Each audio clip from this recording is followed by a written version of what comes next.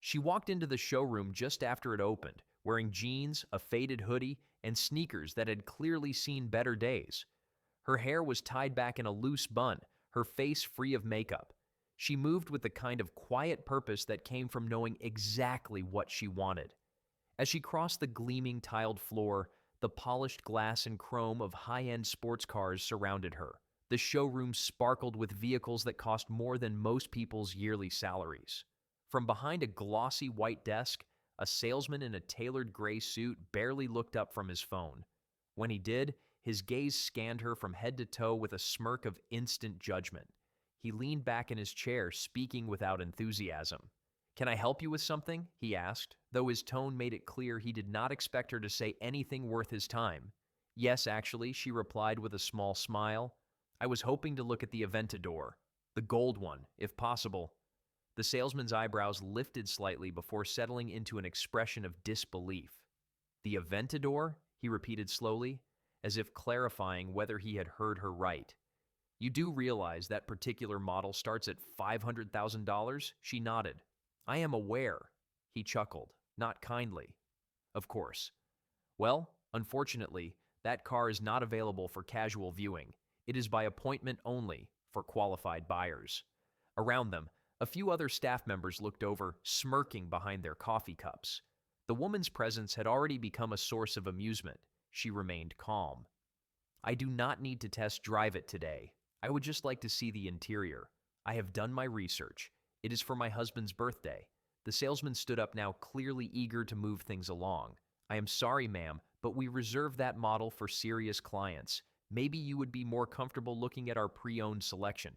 There is a lot nearby that might be more suitable." She paused, absorbing his words without flinching. Her eyes drifted toward the gold Aventador parked on a rotating platform in the center of the room. It gleamed beneath spotlights, a sculpted vision of speed and power. "I am specifically interested in that one," she said again. The salesman crossed his arms. "Look, I do not mean to be rude, but we get people wandering in here all the time, wanting to take pictures or pretend. This is a business, and that car is not a prop." She looked directly at him. "I am not pretending." He sighed loudly, gesturing toward the exit. "If you come back with a scheduled appointment and proper documentation, maybe we can arrange something. Otherwise, I do not want to waste your time. Or mine." A moment passed in silence.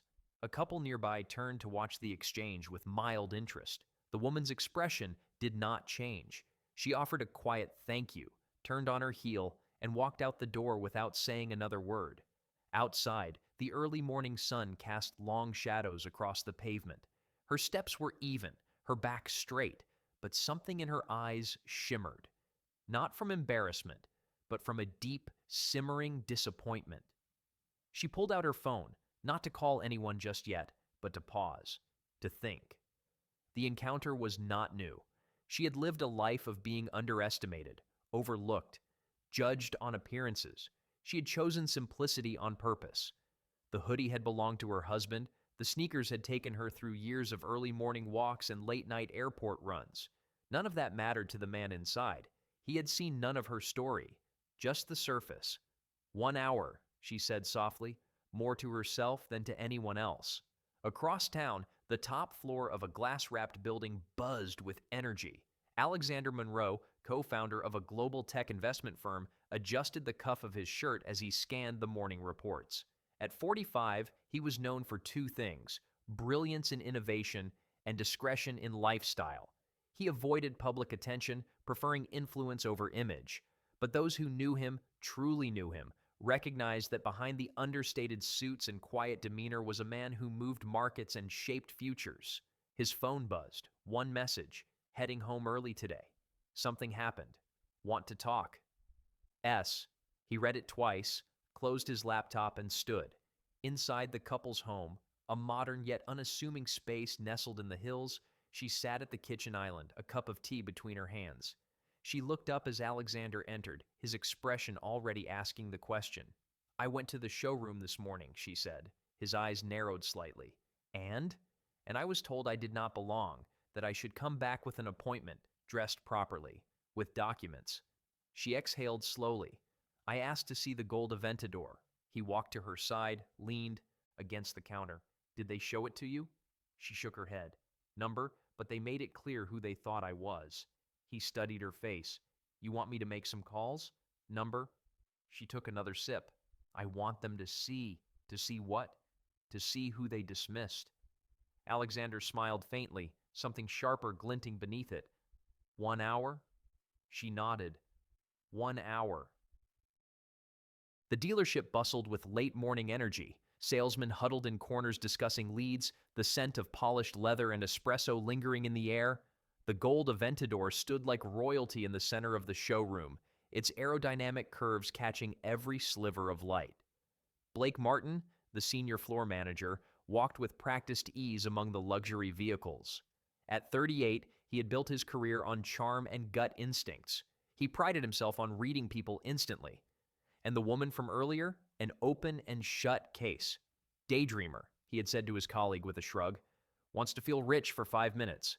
They come in all the time. He chuckled at his own words as he adjusted his tie and made his way to his office.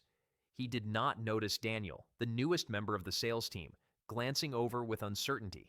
Daniel had watched the earlier interaction. Something about it had unsettled him, but he said nothing.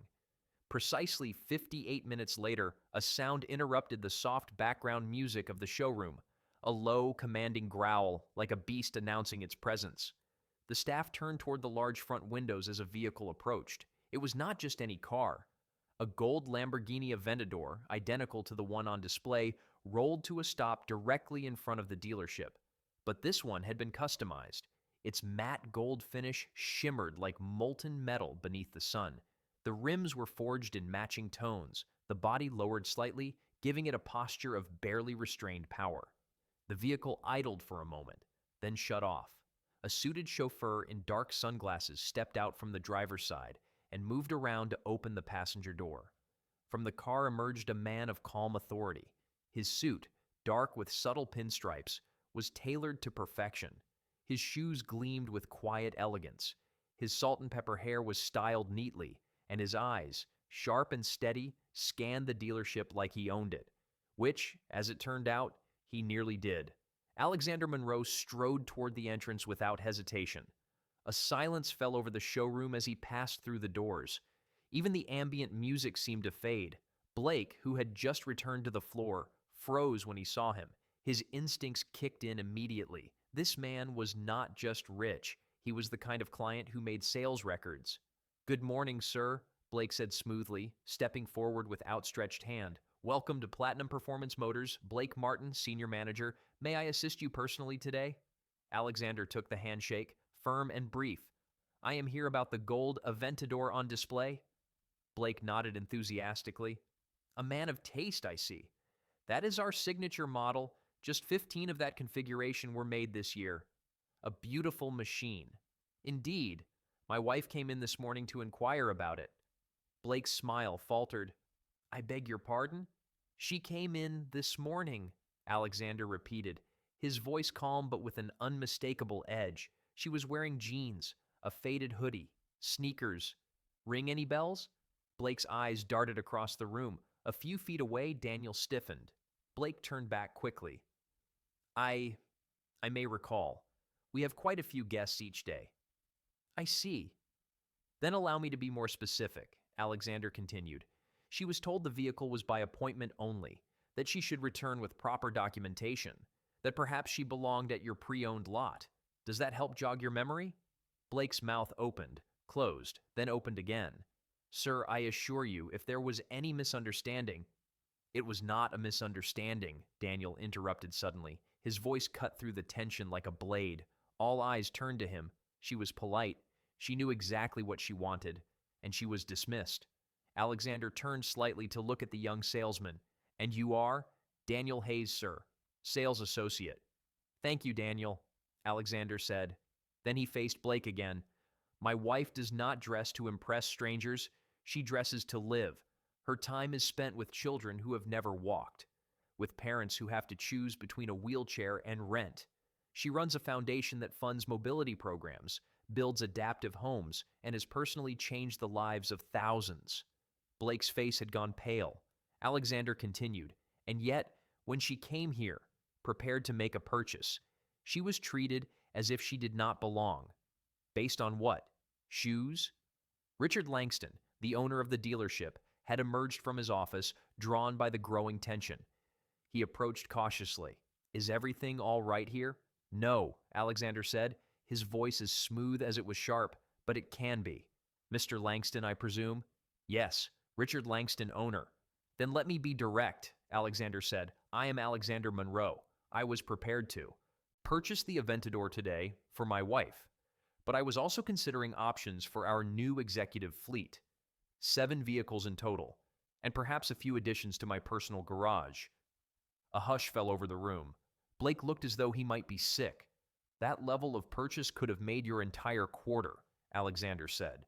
"But now I am reconsidering, not because of the cars. They are beautiful, but because of the people selling them." Langston looked stricken. "Mr. Monroe, I am very sorry. If there was any disrespect shown, I can assure you it is not reflective of our values." "Values are not what you say in a handbook," Alexander said. "Values are how you treat someone when you think they have nothing to offer you." Langston opened his mouth, but Alexander held up a hand. "However, I believe in second chances. I am not here to embarrass your staff, but I do expect accountability, and I believe there is an opportunity here, not just to sell cars, but to learn." Blake swallowed hard, his eyes not meeting anyone's. "My wife does not need an apology," Alexander said. "She wants people to see beyond appearances, so here's what I propose. We are hosting a benefit gala next weekend. The Monroe Foundation is launching a new mentorship initiative for youth with mobility challenges. We are building a state-of-the-art center with therapy pools, adaptive sports courts, and tech-integrated classrooms. We will be raising funds that night to complete it." Alexander looked squarely at Blake, who was visibly trembling now. "You, Mr. Martin, are invited, not as a guest, but as a volunteer. You will help set up, greet families, assist our youth athletes, and learn what dignity looks like when it is earned." Blake opened his mouth to respond, but thought better of it. He simply nodded, his jaw clenched. Alexander turned back to Richard Langston. "And your team might benefit from a workshop on unconscious bias. I can recommend some exceptional consultants. If you are truly committed to your values, you will make space for education." Langston nodded slowly. "Absolutely. We welcome any opportunity to improve." "Good," Alexander said, then looked to Daniel. "I would like you to process the paperwork for the Aventador. You showed integrity when it counted." Daniel blinked in shock. "Me?" "Yes." "Thank you, sir. I would be honored." Alexander smiled slightly. "I believe my wife will appreciate that." With that, he walked toward the display platform where the gold Aventador stood. He ran his fingers along its sculpted frame. "She has always had an eye for brilliance," he said quietly. "I just wish more people had eyes to see it." As the paperwork began, the showroom remained subdued. Conversations were hushed. Blake stood to the side, his thoughts spinning too fast to catch. He had seen powerful men before, but none had undone him so thoroughly with so few words. Later that afternoon, the vehicle was carefully loaded for transport. The gold Aventador was going home, not just as a gift, but as a symbol of truth revealed, of judgment confronted, and of lessons painfully learned. 1 week later, the gala was held in the grand ballroom of the Mirador Hotel. Warm lighting cascaded over elegant floral arrangements. Round tables lined the room, filled with philanthropists, physicians, advocates, and families. At the heart of it all were the children. Each of them had a story. Each of them had been touched by the Monroe Foundation. Near the entrance, wearing a simple volunteer uniform and a name tag that read Blake M., the former showroom manager greeted guests, pushed wheelchairs, and refilled water pitchers. He smiled when spoken to. He listened when stories were told. His hands were steady, but his thoughts ran deep. He had agreed to come, if reluctantly. But as the evening unfolded, something shifted inside him. He had helped a girl named Lila find her table. She had no left leg, and her right hand was paralyzed from birth. Yet she grinned through every conversation, lighting up each corner she entered. Later, he helped a boy named Noah line up for photos in his motorized chair. Noah told him about his dream of designing video games for kids who could not use standard controllers. Every child had strength. Every family had resilience, and every moment chipped away at the shell Blake had built around his identity. Across the room, a familiar figure entered. She wore a soft gray evening dress, her hair tied back loosely. No diamonds, no designer shoes, just confidence, grace. She made her way over without fanfare. "Mr. Martin," she said warmly, "I hope the evening is going well." Blake stood straighter. He nodded. "It is humbling." She smiled. That is the word most people settle on. Then she added, "Lila told me you helped her carry her dinner plate. She usually insists on doing it herself." "She did insist," he said with a grin. "I insisted harder." They both laughed. Then Blake's expression turned serious. "Miss Monroe, I want to apologize. I know I already signed a formal statement, but—" "I know," she said gently, "but I need to say it directly. I am sorry. I was wrong. I judged you. Not just you. Others too. For a long time." Her eyes did not blink away from his. "And what have you learned? That wealth is not always visible, and value is not always loud," he said. "And that respect should be the default, not the reward." She nodded. "Good. That is more than most people take from these lessons." Blake looked around the room. "Do you think I could come back? After tonight, I mean. As a real volunteer?" "You would be welcome," she said without hesitation. "The kids love new faces, especially if you bring snacks." Blake smiled. "I will bring barbecue chips and apple juice. That will earn you friends for life," she said with a chuckle. Alexander joined them then, his hand resting gently on his wife's back. Blake greeted him with a handshake, firm, sincere. "Mr. Monroe, thank you for the opportunity. I will not waste it." "I believe you," Alexander replied. "Daniel tells me you have been helping mentor him. That is a good start." "Actually," Blake said, "we are reworking the way we approach customer service at the dealership. No more pre-qualifying based on looks. Everyone gets the same greeting, the same time." Alexander nodded, pleased. Then he added, "About that fleet I mentioned." Blake blinked. "Yes? We are still looking. Maybe you could handle the order." Blake was stunned. Yes, absolutely. I would be honored." Alexander smiled. "I think you might be ready." Later that evening, Blake helped Thomas, a boy with brittle bone disease, back into his wheelchair after a photo session. Thomas looked up at him and grinned. "You know what, Mr. Blake? You are pretty cool for a grown-up." Blake laughed, a full, genuine sound. "Coming from you, Thomas, that is the highest compliment I have had in a long time." And he meant every word. The ballroom slowly began to empty as the evening wound down. Guests hugged goodbye, volunteers collected name cards, and soft classical music played from the speakers as the final few attendees lingered. Blake found himself sitting near the back wall beside one of the younger volunteers, folding programs into neat stacks. His muscles ached in unfamiliar places. His shirt clung to his back. He had not worked this hard in years, not physically, but it was the good kind of tired, the kind that came from effort, that mattered. He looked across the room and spotted Alexander and his wife thanking a family near the stage. The couple's young daughter had been in a video earlier that evening, showcasing her progress learning to walk with braces and robotic assistance. Her father wiped his eyes as he shook Alexander's hand. Her mother held both of the Monroe Foundation's hands in gratitude. Blake watched, not with envy, but with understanding. This, he realized, was what real influence looked like. Not in how many luxury cars you sold, not in how many digits were in your paycheck, but in the lives you impacted, one person at a time. A short while later, Blake stepped out into the cool night air. The valet handed him a ticket and he stood waiting, watching the reflections of city lights ripple across the hood of parked cars. He felt different, not changed entirely, but beginning to shed layers he had not even realized were weighing him down. A hand touched his shoulder gently.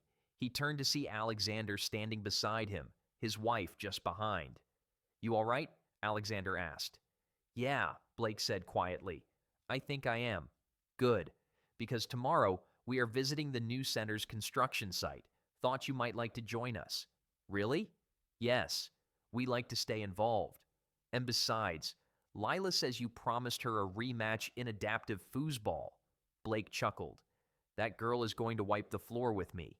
She already has, Alexander said, walking toward his car. You just have not realized it yet. That night, Blake drove home in his modest sedan, windows rolled down, the night breeze brushing across his face. His mind returned again and again to the expression on that little girl's face when he had served her dessert. She had beamed at him, unfiltered and full of joy. That look had been more genuine than any commission check, more rewarding than any sales award. At home, he stood in front of his bathroom mirror for a long time, studying his own reflection. For the first time in years, he did not fix his collar or adjust his tie. He just looked. The next week brought changes. At the dealership, Blake met with the entire staff for an open discussion. They invited a diversity consultant to lead the meeting. Daniel was asked to share his perspective, and he did, clearly, honestly, without anger, but with undeniable clarity. Blake spoke too. He did not make excuses. He told the truth about what had happened, about what he had learned, about how it had changed him. Some employees listened in silence. Some nodded. A few shifted in their seats, but none looked away. They implemented new policies that week. Every customer was greeted within 30 seconds. No assumptions, no glances at shoes, no questions about income or appointments before conversation. Everyone who walked through those doors was treated with respect, without exception. And something interesting happened. Sales did not drop. They rose. Word spread. Not about the cars, but about the experience. People came from other cities just to see if the stories were true. They were. 2 months later, Alexander returned. This time, it was quieter. No gold Lamborghini, no confrontation. He simply walked in, shook Blake's hand, and reviewed the proposed corporate fleet package. 7 vehicles in total, and 2 more for personal use. Blake handled every detail with calm professionalism. When the final papers were signed, Alexander smiled. "You are different," he said. Blake met his eyes. "I had help." Daniel stopped by Blake's office later that day. He knocked before entering.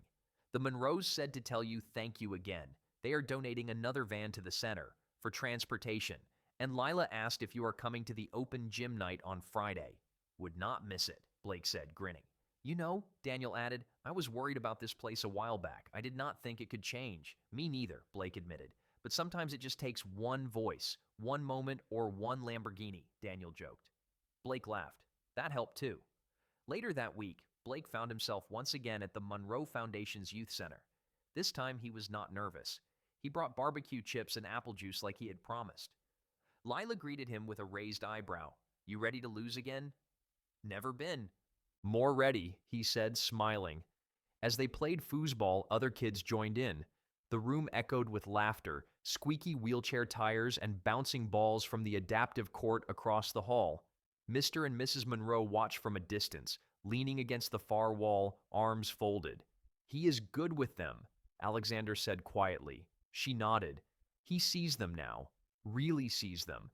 They stayed until the last family left, until the last light dimmed, until the last goodbye was waved through a rear-view window." On the drive home, Blake reflected not on the humiliation he had once felt, but on the gratitude that had replaced it.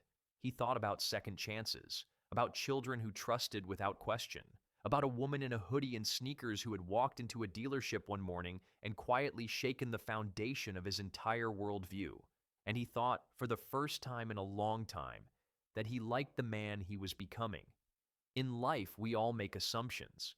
Sometimes we mistake simplicity for lack of substance. We dismiss the quiet ones, the casually dressed, the soft-spoken. But the true measure of someone's worth is not in their clothing, not in the watch on their wrist or the car they drive. It is in their kindness, their conviction, the courage to speak gently in a loud world. And sometimes when we fail to see that, when we fail to listen, life sends us a gold Lamborghini. Not as a show of wealth, but as a reminder to look deeper, to listen closer, to do better. If this story touched something in you, take a moment to reflect. Have you ever judged someone based on appearance? Or been judged yourself? Your story matters too. Share it. Someone out there needs to hear it. The gold Lamborghini sat in the Monroe garage beneath soft overhead lighting. It had not been driven since that day at the dealership. Not because it was not appreciated, but because it was never about the car. It was about the message, the reminder, the moment it created. Sandra Monroe stood beside it now, her hand resting lightly on the hood. She traced its lines with the same fondness one might give a memory. She had not spoken much about what happened that day. Not to her friends, not even in passing. But it stayed with her. Not the embarrassment, not even the injustice, but the look on people's faces when they realized they had been wrong. She turned as Alexander entered the garage, a mug of tea in one hand. "You are up early," he said. "Could not sleep," she replied. "Still thinking about it?" "Not exactly. Just reflecting." He joined her beside the car. They stood in silence for a while. The house was still, the world outside not yet awake. She finally spoke. "Do you think people really change?"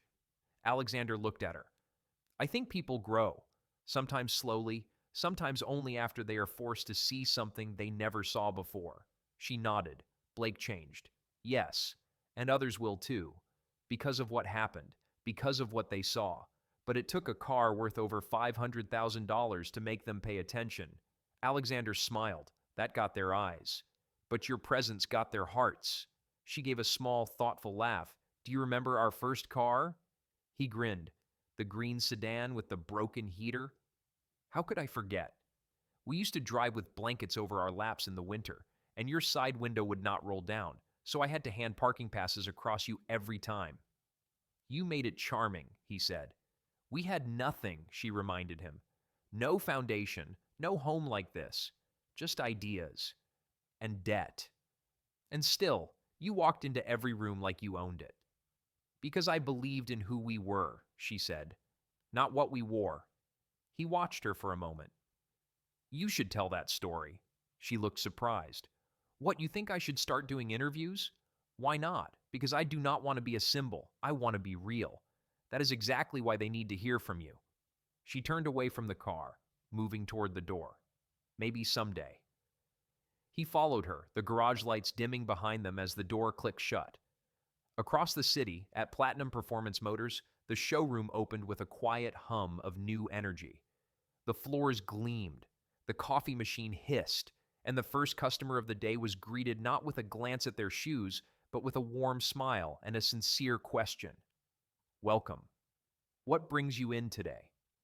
No assumptions, no evaluations, just conversation. Blake arrived a little later than usual, not because he was avoiding the day, but because he had been helping deliver care packages that morning to families registered with the Monroe Foundation. Boxes of essentials, notes from donors, a few toys tucked in for the kids. He stepped into the dealership with hands still dusted in cardboard and tape, and instead of heading to his office, he walked the floor. He spoke with each team member, asked about their families, shared a laugh with the receptionist over her daughter's recent piano recital. He paused by Daniel's desk to review some numbers and offered to join him for lunch later. It was not a performance.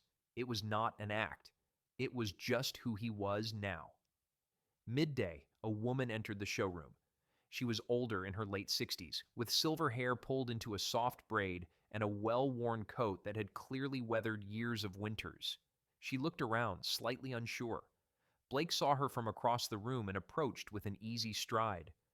"Good afternoon," he said. "I am Blake. How can I help today?" She hesitated. "I am just looking, really. My son thinks I should get something safer than what I drive now, but I am not sure I can afford anything here." Blake offered a reassuring smile.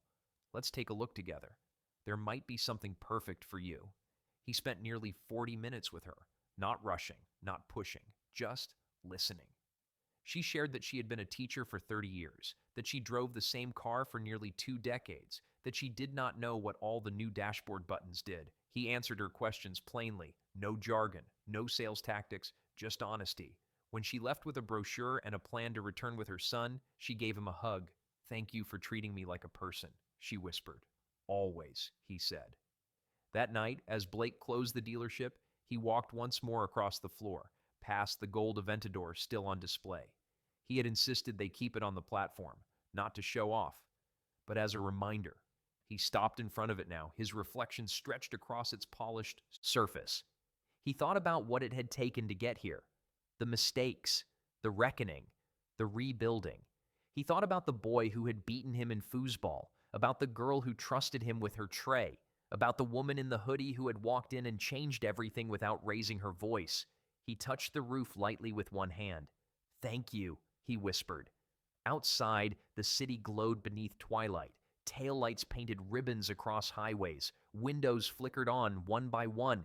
And somewhere, another quiet figure stepped into another showroom, perhaps dressed simply, perhaps carrying more value than anyone could guess.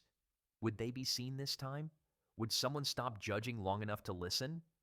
That answer now felt more hopeful than ever. Because one person had.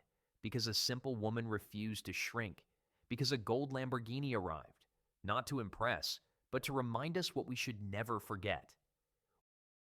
Weeks passed, and the story of the woman and the Lamborghini faded from headlines, but not from memory. Within the circles of luxury car dealerships, something had shifted. An internal memo circulated through national franchises of Platinum Performance Motors. It outlined a new customer engagement policy emphasizing dignity, active listening, and equal treatment, regardless of attire or perceived status. It was not framed as a disciplinary response, but as a cultural shift, inspired by a real-life lesson that could no longer be ignored. The Monroe Foundation's Mentorship Center opened ahead of schedule. Local news stations covered the ribbon cutting. Children beamed as they tested new mobility devices designed with playful interfaces. Parents wept as they watched their sons and daughters climb adaptive walls or bounce basketballs from sleek wheelchairs designed for speed. Laughter echoed through therapy rooms. Volunteers walked alongside families, bridging the gap between what was once thought impossible and what now felt inevitable. Among those volunteers stood Blake Martin, dressed in jeans and a foundation shirt, his name badge clipped to the pocket without ceremony. He was not there for recognition. He was there to work. He spent his Saturdays helping install wall murals in the reading rooms. He coordinated deliveries of custom-fitted wheelchairs. He played tag with kids who ran on prosthetic limbs and high-tech walkers. When he was not needed, he swept hallways or restocked shelves. It was not flashy, but it was real. He no longer felt like a man who had made a mistake. He felt like a man who had changed because of it. At the dealership, Daniel continued to thrive. He was now the top salesperson for 2 months running, not because he pushed harder than the others, but because he listened better. Customers requested him by name. Couples looking for a first family car, single mothers exploring hybrids, older clients on retirement budgets. They came, they talked, and they stayed because they felt seen. One afternoon, Blake watched from his office window as Daniel helped a woman park a minivan for trade-in evaluation. She wore a scarf tied around her head, and her young daughter clung shyly to her arm. Daniel crouched to the child's eye level, introduced himself, and offered a juice box from the welcome counter. Blake smiled, not just because he had trained Daniel, but because Daniel had reminded him who he could be, and he had listened. At home that evening, Blake poured himself a cup of coffee and sat by the window overlooking his apartment's small courtyard. He sipped slowly, letting the silence settle around him. He thought about how quiet his life had been before all this. Comfortable, yes, predictable, certainly, but narrow, limited by the frame he had built, the one where value meant image, and image meant everything. That frame had shattered the day a woman walked in wearing a hoodie and asked to see a Lamborghini.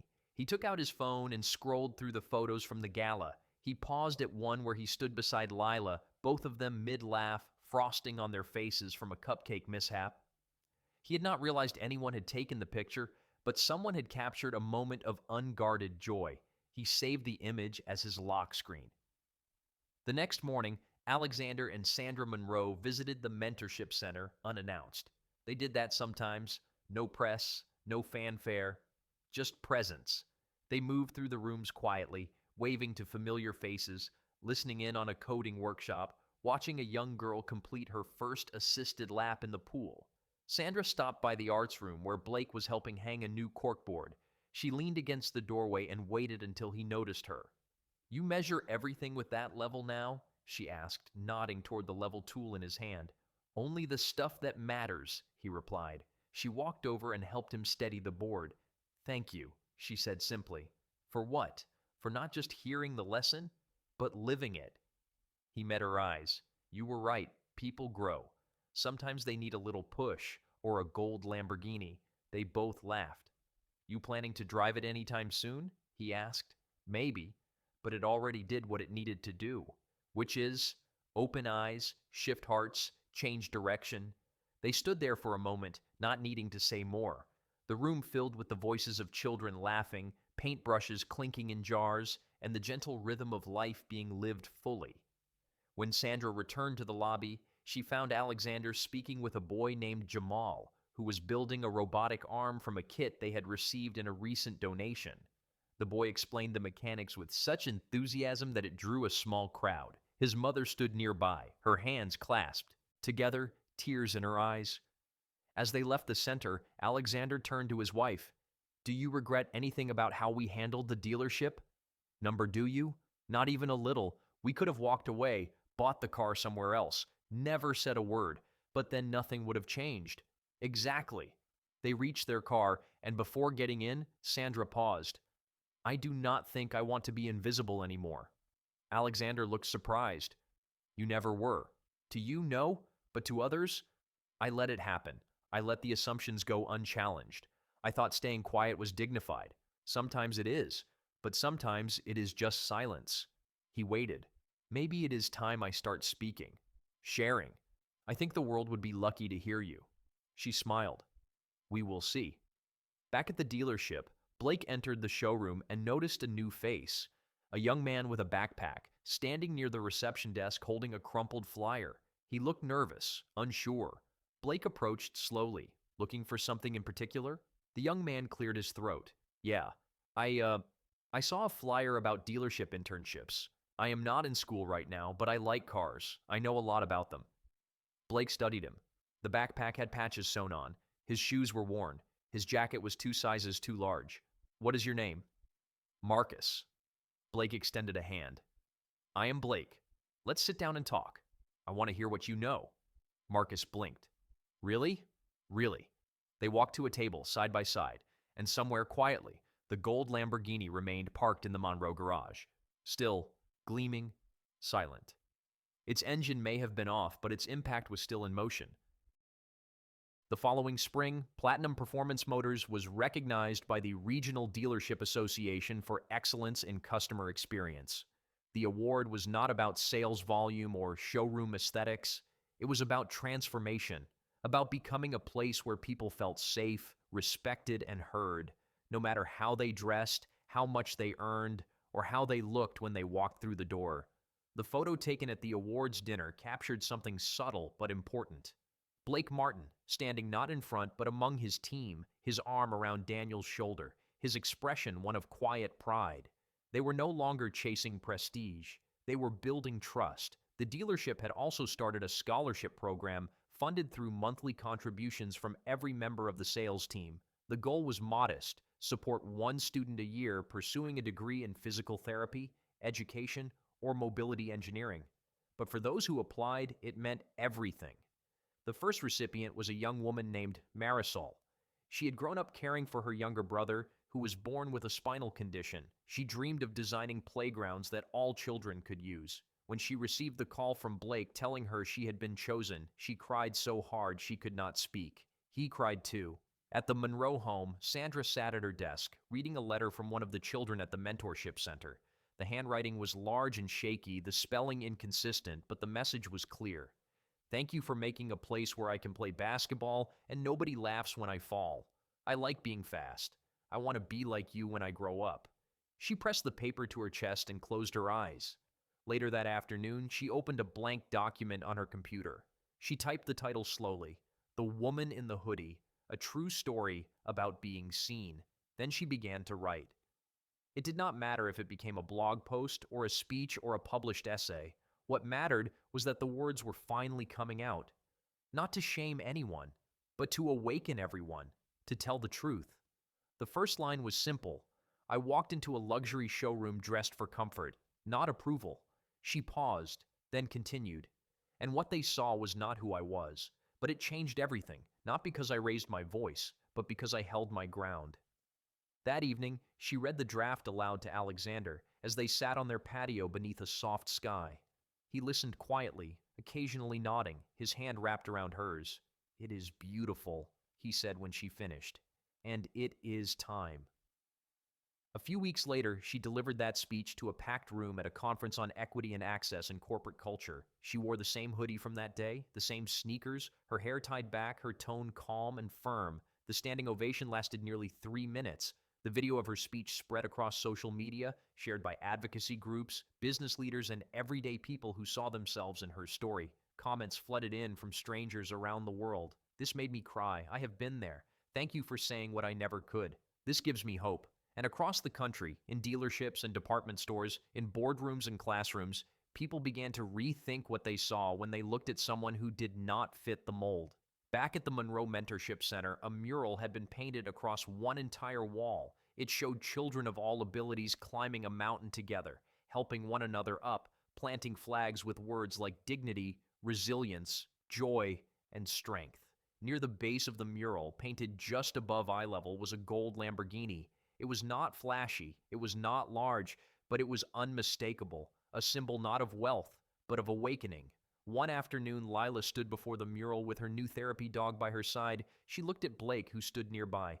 "Do you think it is weird that the car is gold?" she asked. "No," he said. "I think it is perfect." "Why?" "Because it shines without needing to prove anything, just like you."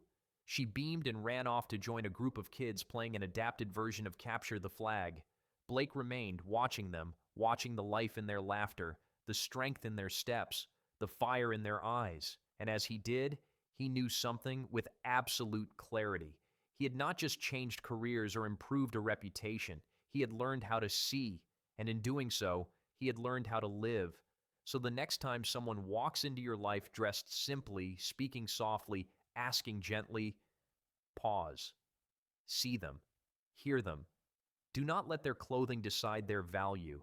Do not let your assumptions blind you to their story, because behind every quiet step, there may be a legacy. Behind every hoodie, a hero. And sometimes, just sometimes, the person you overlook might be the one who changes everything. All it takes is one choice: to see, to listen, to believe, because you never know.